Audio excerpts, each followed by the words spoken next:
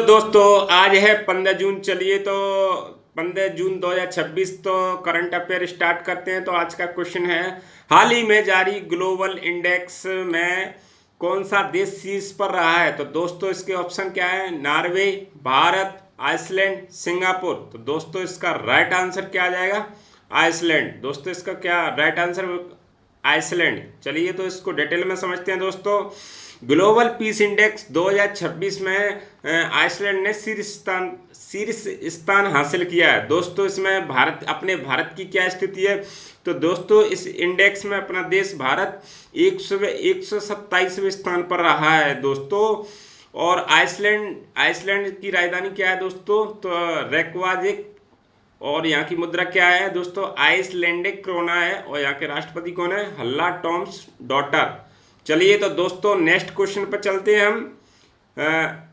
विश्व मानव अधिकार दिवस कब मनाया जाता है दोस्तों। तो इसके ऑप्शन है 5 जून, 10 दिसंबर, 14 जून, 8 जून। तो दोस्तों इसका राइट आंसर क्या आ जाएगा, 10 दिसंबर। दोस्तों मैं ये क्वेश्चन क्यों लेके आया हूँ, क्योंकि अभी ये यूएनओ द्वारा अभी ये बहुत ही हाल ही में चर्चा में रहा है। क्योंकि यूएनओ ने एक चार्टर रिपोर्ट जारी की थी, इसमें मानवाधिकार के लिए कुछ घोषणाएं की गई हैं। तो इसलिए हाल ही में ये चर्चा में रहा है। तो दोस्तों इसलिए मैं ये क्वेश्चन इसमें लेके आया हूँ, क्योंकि ये पूछा ही जाएगा किसी न किसी एग्जाम में दोस्तों। तो चलिए इसको और डिटेल में समझते हैं। देखिए दोस्तों 5 जून को पर्यावरण दिवस, और 8 जून को विश्व महासागर दिवस, और 14 जून को विश्व रक्तदाता दिवस। दोस्तों इसकी ये क्वेश्चन नहीं आया कि विश्व पर्यावरण दिवस कब मनाया जाता है, क्योंकि ये दोस्तों ये क्वेश्चन बहुत मतलब लो लेवल का है और ये सबको पता है दोस्तों। अगर इसका क्वेश्चन आएगा तो क्वेश्चन कैसे आएगा, क्वेश्चन आएगा कि 5 जून विश्व पर्यावरण दिवस मनाया जाता है। तो 2026 की थीम क्या थी।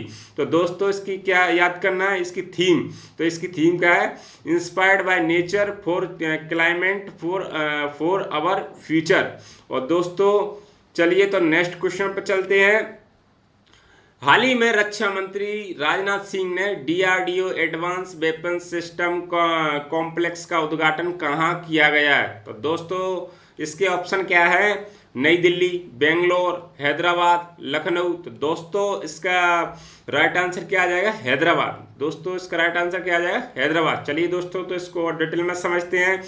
देखिए दोस्तों रक्षा मंत्री राजनाथ सिंह द्वारा हैदराबाद में DRDO advance weapon system complex उद्घाटन किया है। दोस्तों ये कॉम्प्लेक्स क्या होता है इसको समझिए। दोस्तों कॉम्प्लेक्स वो होता है जहाँ पर बहुत सारी कंपनियों की एक जैसे अपनी कॉलोनी होती है, जैसे अपना विलेज होता है। विलेज में क्या होता है, बहुत सारे घरों को मिलकर एक अपने विलेज बना देते हैं। विलेज यानी गांव बना देते हैं। ऐसे ही दोस्तों बहुत सारी जो कंपनी मिलकर वेपन बनाती हैं, जिससे मतलब जैसे मिसाइल वगैरह, हेलीकॉप्टर वगैरह या कोई अन्य इंस्ट्रूमेंट बनाते हैं। तो उनके लिए जो बहुत सारी कंपनी होती हैं, एक साथ ही एक एरिया होता है, उसी को क्या बोलते हैं दोस्तों, कॉम्प्लेक्स बोलते हैं।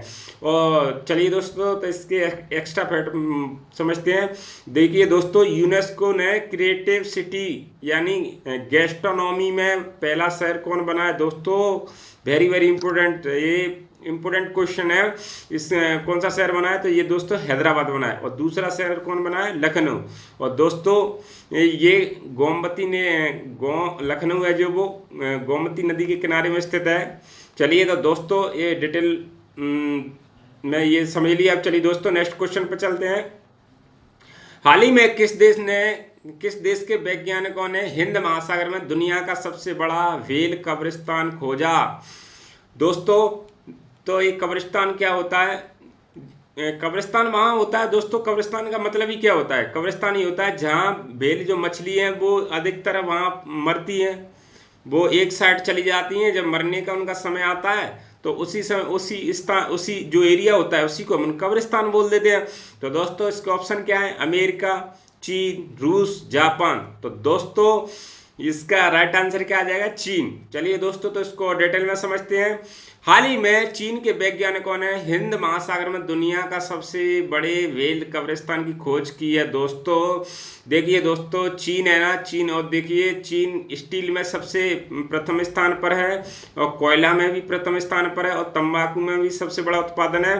दोस्तों और ये चीन का जो भाषा दिवस है वो 20 अप्रैल को चाइनीज भाषा दिवस मनाया जाता है। दोस्तों चलिए तो नेक्स्ट क्वेश्चन पर चलते हैं हम। भारत की ब्रिक्स अध्यक्षता के तहत 13वें ब्रिक्स अर्बनाइजेशन का फोरम का आयोजन कहाँ किया गया है? दोस्तों तो इसका राइट आंसर क्या है? नई Delhi, Bombay, Rio de Janeiro या बीजिंग? तो दोस्तों इसका राइट आंसर क्या आ जाएगा? नई दिल्ली। दोस्तों इसका राइट आंसर क्या आ जाएगा? नई दिल्ली। चलिए दोस्तों तो इसको डिटेल में समझते हैं और डिटेल में समझते हैं। देखिए 13वें ब्रिक्स अर्बनाइजेशन फोरम का आयोजन नई दिल्ली में किया गया है दोस्तों। और जो 17वां जो किया गया है और जो मतलब ये तो ब्राजील में, और जो 18वां भी होगा ना वो भी भारत में होगा, और 19वां वो कहाँ प्रस्तावित है दोस्तों? तो ये चीन में है। चलिए तो दोस्तों नेक्स्ट क्वेश्चन पर चलते हैं। हाल ही में कौन सा देश दुनिया का तीसरा सबसे बड़ा एविएशन मार्केट बन गया है? तो दोस्तों इसके ऑप्शन है फ्रांस, यूके, भारत, जापान। तो दोस्तों इसका राइट आंसर क्या हो जाएगा? भारत। चलिए दोस्तों तो इसको डिटेल में समझते हैं। देखिए अमेरिका और चीन के बाद अब भारत दुनिया का तीसरा सबसे बड़ा एविएशन मार्केट बन गया है। हेलो इंडेक्स पासपोर्ट इंडेक्स में देखिए दोस्तों, जो हेलो इंडेक्स पासपोर्ट इंडेक्स में 75वां स्थान भारत का है दोस्तों विश्व में। और शीर्ष जो देश पे यानी प्रथम रैंक पे दोस्तों पासपोर्ट में वो है सिंगापुर। और दोस्तों विश्व प्रेस स्वतंत्रता दिवस सूचकांक में भारत का दोस्तों 157वां स्थान है, जबकि शीर्ष पे देश कौन है दोस्तों? नॉर्वे। चलिए दोस्तों और ये भी देखो भारत की जो साक्षरता दर बढ़कर दर है जो अब 80.9% हो गई है दोस्तों। पहले ये 75% थी दोस्तों। पहले कितनी थी? 75%। चलिए तो दोस्तों नेक्स्ट क्वेश्चन पर चलते हैं। भारत में सबसे अधिक रामसर साइट किस राज्य में स्थित है? दोस्तों अभी देखिए रामसर साइट होता क्या है दोस्तों, पहले इस क्वेश्चन को समझिए। रामसर अभी क्या सब लोग रटते हैं, रटने की जरूरत नहीं है दोस्तों। जहाँ देखिए जहाँ ये तालाब या झील होती है, जहाँ पेड़ पौधे वगैरह होते हैं, जहाँ देश विदेश से पक्षी आते हैं और उनको गवर्नमेंट द्वारा रामसर साइट घोषित कर दिया जाता है। वे ऐसा एरिया जहाँ पक्षियों के लिए एक अच्छा एनवायरनमेंट गवर्नमेंट के द्वारा योजना चलाई जाती हैं, उनके लिए खाना दाना पानी सब मुहैया कराया जाता है गवर्नमेंट के द्वारा। और उसी साइट को क्या है कि दोस्तों रामसर साइट कहते हैं। तो दोस्तों इस क्वेश्चन का आंसर क्या हो जाएगा दोस्तों? तो इसका आंसर क्या जाएगा दोस्तों? इसका आंसर हो जाएगा तमिलनाडु। चलिए दोस्तों इसको और डिटेल में समझते हैं। दोस्तों अभी तक भारत में कितनी रामसर साइट हो चुकी हैं? तो दोस्तों ये कितनी हो गई? 100, यानी शतक लगा चुके पूरे दोस्तों। इसमें 13 तो उत्तर प्रदेश में, और दोस्तों जो सबसे अभी हाल ही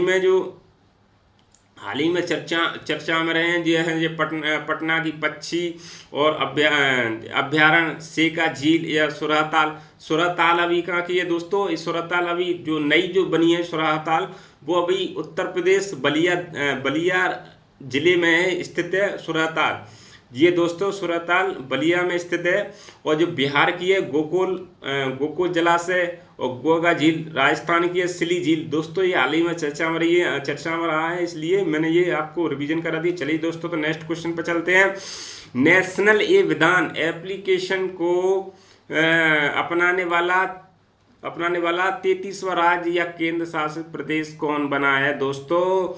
देखिए वेरी वेरी इंपॉर्टेंट क्वेश्चन है, क्योंकि ये हाल ही चर्चा में रहा है दोस्तों। तो इसके ऑप्शन क्या है? असम, पश्चिम बंगाल, त्रिपुरा, उड़ीसा। तो दोस्तों इसका राइट आंसर क्या हो जाएगा? पश्चिम बंगाल। चलिए दोस्तों तो और डिटेल में समझते हैं इसको, दोस्तों। देखिए विधानसभा की कार्रवाई को पूर्णतः डिजिटल और पारदर्शी बनाने के लिए पश्चिम बंगाल ने ये अपनाने वाला यानी NEBA अपनाने वाला 33वां राज्य बना है दोस्तों। तो पश्चिम बंगाल को और देखते हैं, पश्चिम बंगाल की राजधानी क्या है? कोलकाता, और ये हुगली नदी के किनारे है। और दोस्तों यहाँ के मुख्यमंत्री कौन है? तो शुभेंदु अधिकारी। और यहाँ के गवर्नर कौन है दोस्तों? RN रवि। और दोस्तों यहाँ की देखिए कुछ प्रमुख चीज़ें हैं, उनके लिए GI टैक्स मिला है। तो देखिए यहाँ पर कादियाल साड़ियाँ एक महिलाओं के लिए बहुत फेमस हैं, बहुत अच्छी क्वालिटी की साड़ियाँ मिलती हैं दोस्तों। और यहाँ का सुंदरबन का शहद और सुंदरबन डेल्टा ही है दोस्तों। यहाँ पर नोलेन गुड़ संदेश भी है, और कालरूनिया चावल भी दोस्तों यहाँ का GI टैग मिला है। चलिए तो दोस्तों नेक्स्ट क्वेश्चन पर चलते हैं। हाल ही में किस सरकार ने संस्थाओं में किंडरगार्टन यानी KG से लेकर पोस्ट ग्रेजुएट यानी PG तक मुफ्त शिक्षा देने की घोषणा की है दोस्तों? तो इसके ऑप्शन क्या है? पंजाब, नई दिल्ली, केरल, उड़ीसा। तो दोस्तों इसका राइट आंसर क्या आ जाएगा? उड़ीसा। चलिए दोस्तों तो इसको डिटेल में समझते हैं। हाल ही में उड़ीसा सरकार ने राज्य की सबसे सहकारी संस्थाओं में KG से UG तक या PG तक मुफ्त शिक्षा का ऐतिहासिक निर्णय लिया है दोस्तों। या इसकी स्थापना दिवस कब मनाया जाता है उड़ीसा का? तो 1 अप्रैल उत्कल दिवस। और मुख्यमंत्री कौन है आगे? मोहन चरण मांझी। और गवर्नर कौन है? डॉक्टर हरे बाबू कंपति। और दोस्तों यहाँ पर देखिए चिल्का झील है जो भारत की सबसे बड़ी खारे पानी की झील है। और यहाँ का प्रमुख मंदिर है कोंकण सूर्य मंदिर, जगन्नाथ मंदिर भी है दोस्तों। चलिए तो नेक्स्ट क्वेश्चन पर चलते हैं।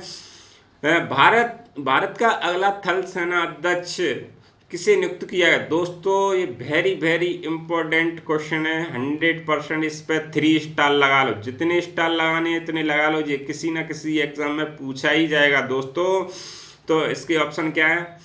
लेफ्टिनेंट जनरल धीरज सेठ, या जनरल मनोज पांडे, या आशुतोष दीक्षित, या NS राजा सुब्रमण्यम। तो चलिए दोस्तों इसका राइट आंसर क्या आ जाएगा? लेफ्टिनेंट जनरल धीरज सेठ। चलिए दोस्तों इसको और डिटेल में समझते हैं। लेफ्टिनेंट जनरल धीरज सेठ को भारत का अगला थल सेना अध्यक्ष नियुक्त किया गया है दोस्तों। इसी के साथ देखिए नवीन नियुक्तियां देख लिए। भारत के तीसरे CDS कौन बने हैं? तो NS राजा सुब्रमण्यम। भारत के वायुसेना के उप प्रमुख कौन बने हैं? तो ये आशुतोष दीक्षित बने हैं। और दोस्तों ये DGP हैं, देखो अभी 3 राज्यों में बने। देखिए गुजरात के कौन है? ज्ञानेंद्र सिंह मलिक। और मणिपुर के कौन है? मुकेश सिंह। और उत्तर प्रदेश के कौन है? राजीव कृष्णा दोस्तों। इसके आज मैंने ये सारे फैक्ट क्लियर करा दिए। तो आज की क्लास यहाँ ही अपन समाप्त करते हैं दोस्तों। और आपसे आशा करता हूँ कि आप हमारे लर्न विद सूरज ऑफिशियल को लाइक करें और सब्सक्राइब करें और अपने दोस्तों के साथ शेयर करें। चलिए तो मिलते हैं, धन्यवाद, थैंक यू। मिलते हैं नेक्स्ट वीडियो में। जय हिंद, जय भारत।